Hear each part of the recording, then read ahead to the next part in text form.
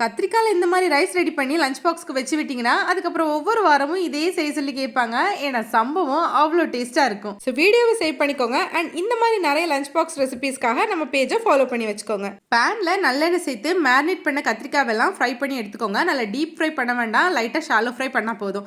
Marination details எல்லாமே டிஸ்கிரிப்ஷனில் கொடுத்துருக்கேன். இப்போ கத்திரிக்காய் ஃப்ரை பண்ண அதே ஆயிலில் கொஞ்சமாக கடுகு, ஜீரகம், உளுந்து, நிலக்கடலை சேர்த்து வறுத்துக்கோங்க. தென் இதில் 2 பல் பூண்டை தட்டியோ இல்லைனா துருவியோ சேர்த்துக்கோங்க. இதோட ஒரு பச்சை மிளகாவும் ஒரு கைப்பிடி பல்லாரியும் சேர்த்து நல்லா வதக்கிக்கோங்க. பல்லாரியோட கலர் சேஞ்ச் ஆனதும் ஒரு தக்காளியை பேஸ்ட் பண்ணி அதையும் சேர்த்து தக்காளியோட பச்சை வாசனை போற வரைக்கும் வதக்கிக்கோங்க. தென் இதுல உப்பு, மஞ்சத்தூள், மிளகுத்தூள், பெருஞ்சீரகத்தூள், நல்ல மிளகுத்தூளும் சேர்த்து பச்சை வாசனை போற வரைக்கும் வதக்கிக்கோங்க. மசாலா டீடைல்ஸ் டிஸ்கிரிப்ஷன்ல இருக்கு. இப்போ இதுல கொஞ்சமா தண்ணி சேர்த்து கலந்து கொதிக்க விட்டுக்கோங்க. மசாலா கொதிச்சு வரும்போது நம்ம ஃப்ரை பண்ணி வச்சிருந்த கத்திரிக்காயும் இதுல சேர்த்து நல்லா மிக்ஸ் பண்ணிக்கோங்க. இப்போ இதுல வேக வச்ச ரைஸ் ஒரு 2 கப் அளவு சேர்த்து மசாலாவும் ரைஸும் நல்லா பிளெண்ட் ஆகிற வரைக்கும் மிக்ஸ் பண்ணிக்கோங்க. மிக்ஸ் பண்ணிட்டு ஃபைனலா ஒரு ஸ்பூன் நெய் சேர்த்து கலந்து விட்டீங்கன்னா சம்பவம் ரெடி.